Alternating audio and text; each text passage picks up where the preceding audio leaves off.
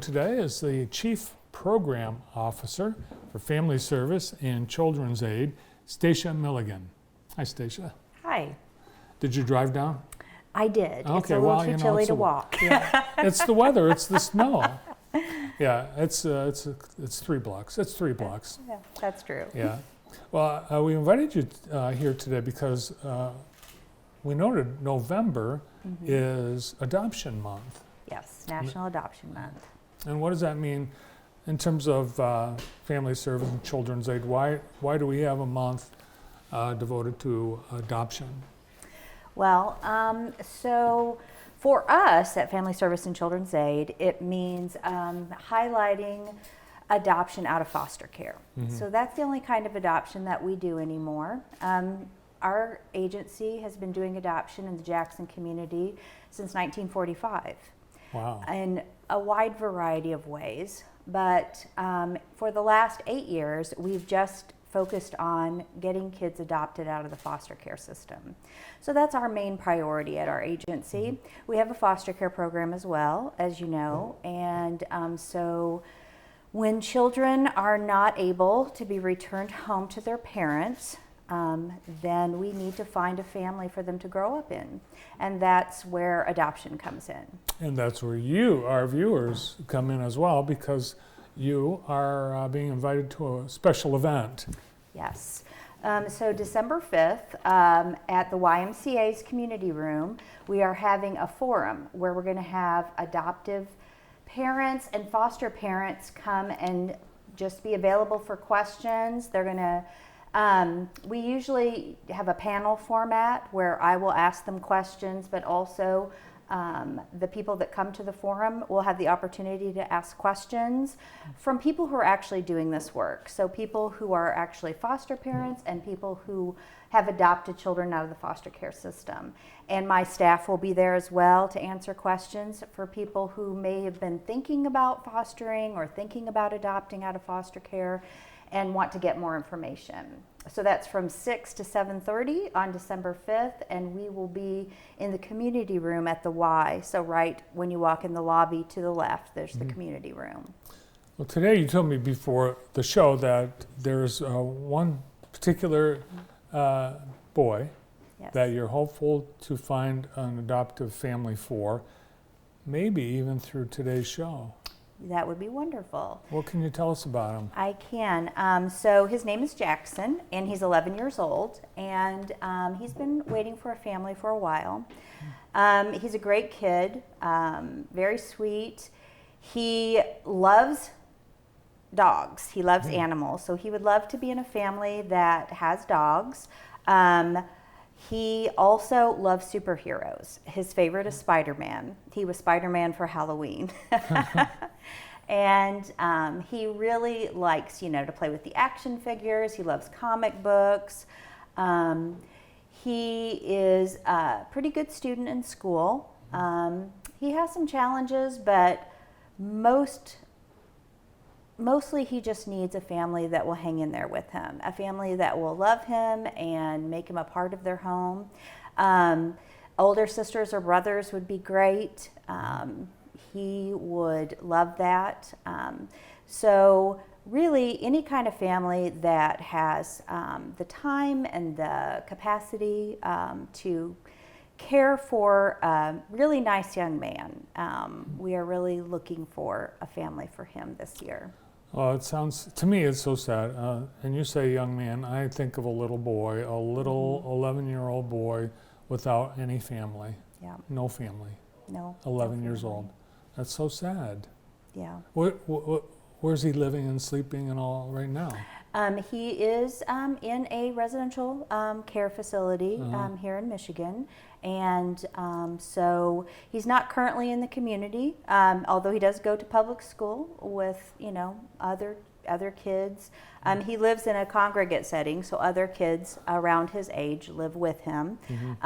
So like in a dorm or something? Yeah, and it's a very nice place, but it's not a family. No. He needs a family. So typically, how does this child end up in foster care? And whether you want to share details about Jackson, I don't know, but how did he end up into the system?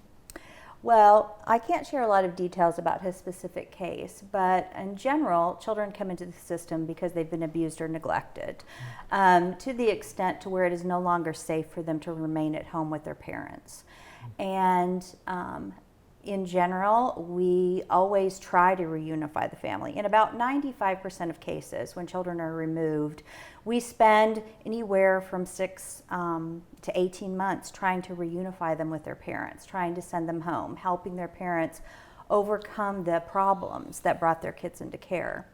But unfortunately, it's not always possible. Sometimes they're just unable to do it.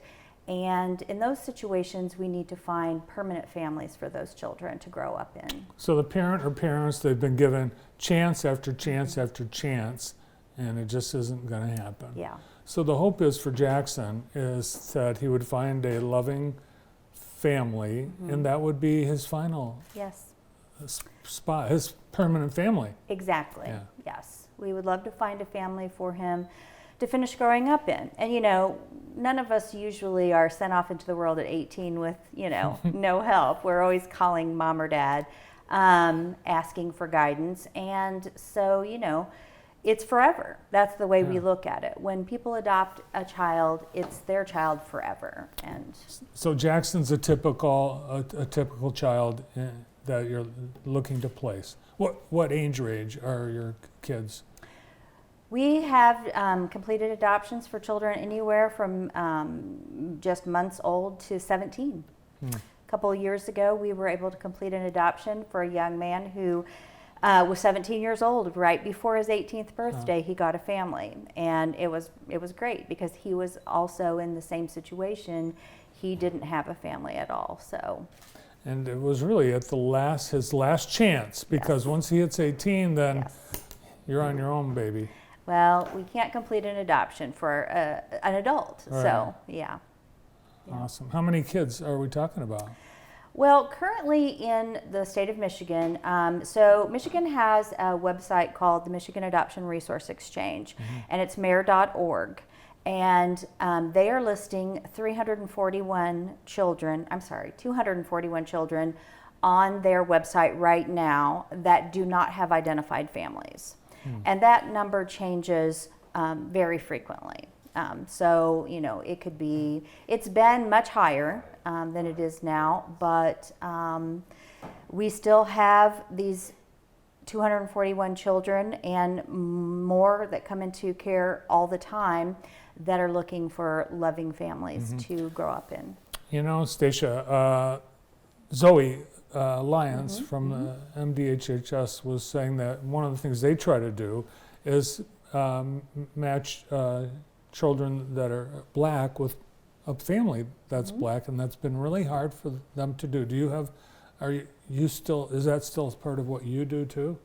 Well, whenever we have a child come into our adoption program, we really try to look at their cultural history, and you know, we try to match them with a family that can meet their needs in a wide variety of ways. And sometimes that is finding a family who are like them, either ethnicity or religion, or even just, you know, general other cultural attributes. We do a full assessment on every child that comes into our adoption program, and that's part of that assessment. And I would imagine it's just for the kids, it's something that's more comfortable for a child, for a white child to be with a white family, just for one more thing not to have to answer questions about or worry about or deal with. Well, you know, we look at where have they grown up? Did they grow up in the country? Did they grow up in the city? You know, what kind of influences have they been around? You know, we want them to live in a community in which will feel like home to them as well.